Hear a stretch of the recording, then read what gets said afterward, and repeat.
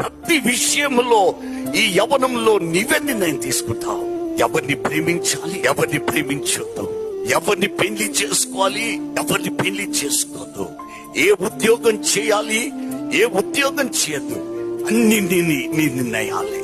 ఇన్ని నిర్ణయాలు తీసుకోవాల్సిన నీ వయస్సులో చాలా నిర్ణయాలు నీవు తీసుకున్న వాటిలో అమ్మని ఏడిపించావు. నాన్నకు నిద్రలేని రాత్రులు చేశావు. కొన్ని నిర్ణయాలలో నీ జీవితాన్ని నీకే విరక్తి చెందింది. తీసుకున్నది నీవే నిర్ణయాలు. ఆ నిర్ణయాలను బట్టి ఏడిచావు నువ్వు. ఆ నిర్ణయాలు తీసుకున్నందుకు నీ జీవితంలో నీకే విరక్తి పుట్టింది. నాన్న, ఇక నేను ఎందుకు బ్రతకాలి అని బాధ కలిగిందొచ్చు. కొన్ని నిర్ణయాలను బట్టి అమ్మ నాన్న పడకలను కన్నీటితో తడిపిన నిర్ణయాలు తీసుకున్నావు. కొన్ని నిర్ణయాలను బట్టి అమ్మ నాన్న సమాజంలో తల ఎత్తుకోలేకుండా చేసిన నిర్ణయాలున్నాయి.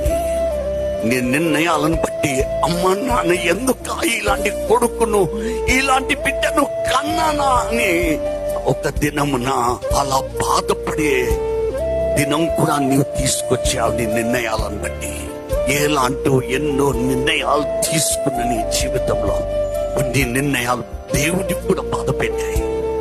పోకూడని స్థలాలకు పోయావు, పోకూడని వారితో పోయావు, చేయకూడని చేయడానికి నిర్ణయించుకున్నావు. తలంచరా నీవి తలంచి నీ జీవితంలో నీవు వేసేను బాధ పెట్టావు. నాన్న, చూడరాని దృశ్యాలు చూడడానికి నిర్ణయించుకొని నీ జీవితంలో చేయరాని పాపాలు చేశావు.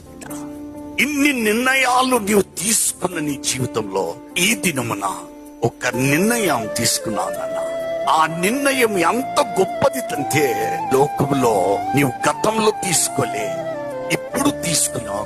ఇక ముందు అంతకంటే గొప్ప నిర్ణయం నువ్వు తీసుకోవాలి. ఆ నిర్ణయము పరలోకంలో ఉన్న యేసయ్యను ఆనంద పెట్టింది.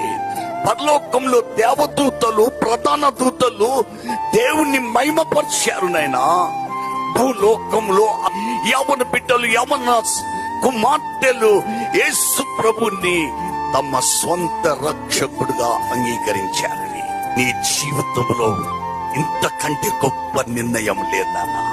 ఎవరైనా అడిగారా యేసయ్యను సంతోషపెట్టిన దినమంటూ నీ జీవితంలో ఉన్నదా అని అడిగితే ఈ దినము మీరు చెప్పొచ్చు, నేను నిర్ధారణ పొందిన దినమున నేను తీసుకున్న నిర్ణయమును బట్టి యేసుక్రీస్తు ప్రభు నా రక్షకుడుగా, లోక రక్షకునిగా అంగీకరించిన ఆ దినమున నా ప్రభు పరలోకంలో ఆనందించాడు.